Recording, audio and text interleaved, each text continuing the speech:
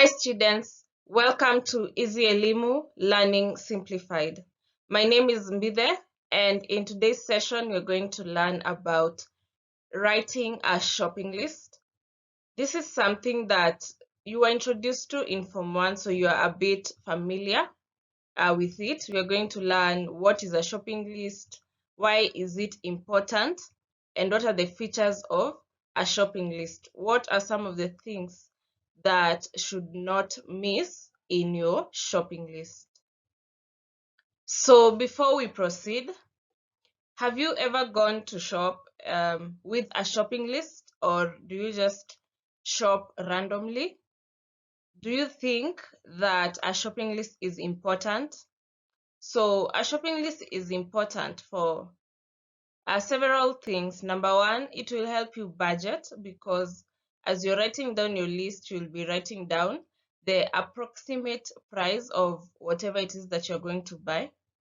It will also save you time when you get to the store, because you know exactly what you're looking for. You know exactly where to go and pick it and go to the next thing, and before you know it, you're out of the store. So it will help you save time as you go.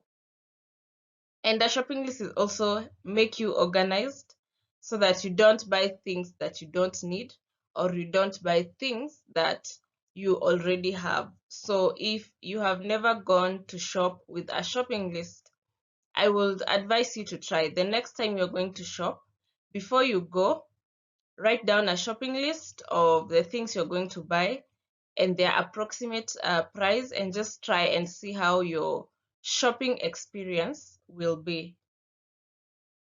So there are various features or various things that should be entailed in your shopping list for it to be effective, for it to be precise, but also not overcrowded.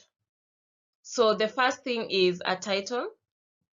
Your shopping list should have a title. So now let's say you are hosting your birthday party, and there are things that need to be bought in preparation for this party. So as you're writing down the list of whatever it is that you're going to buy, you can just write my birthday party shopping list. That is a good enough title. So you have written your title. As we now go into the list, it is important for your shopping list to also have the quantity of each item. For example, you're maybe going to buy bread, you're going to buy toothpaste, you're going to buy tomatoes, you're going to buy mangoes. It is important to have the quantity of each. So for example, 5 loaves of bread. You can even go specifically to say if it is brown bread or it is white bread. You can also have half a kg of potatoes, 3 liters of cooking oil. Have the quantity of each item. You can also have the brand of the particular item.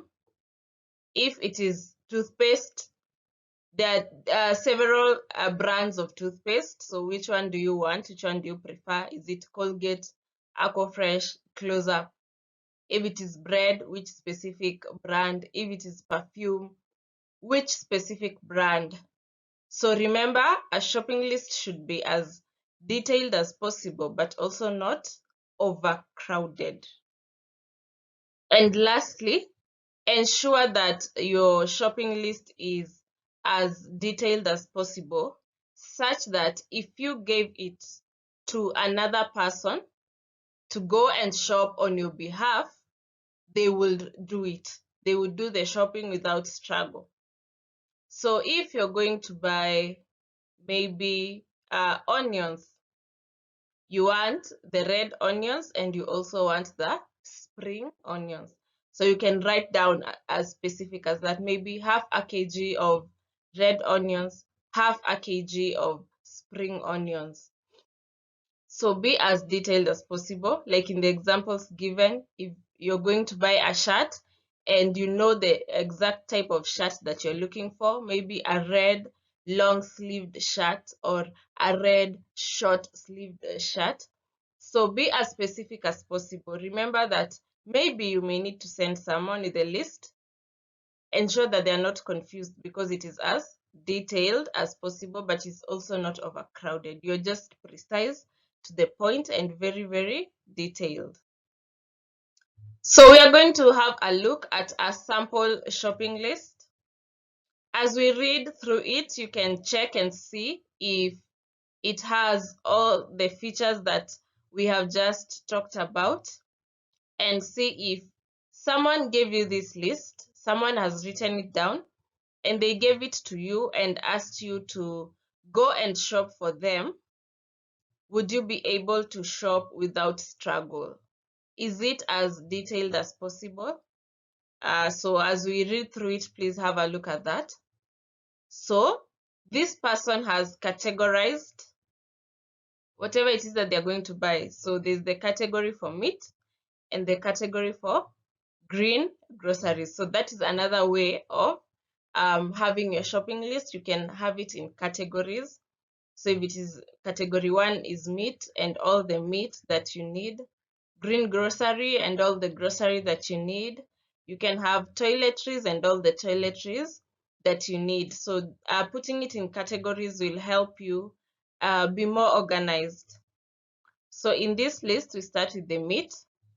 1 packet of beef sausages at 250, 1 kg mutton at 220, half a kg liver at 100 bob. And then we go to green groceries. 1 bunch of kale at 10 shillings, half a kg of tomatoes at 40 shillings, and lastly, half a kg of onions at 30 shillings.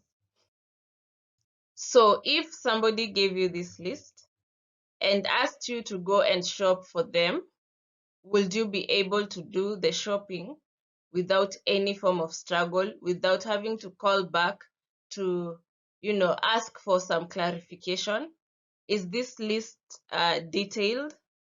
Is it as detailed as possible? So we can see that, first of all, this person has categorized their items, that is 1.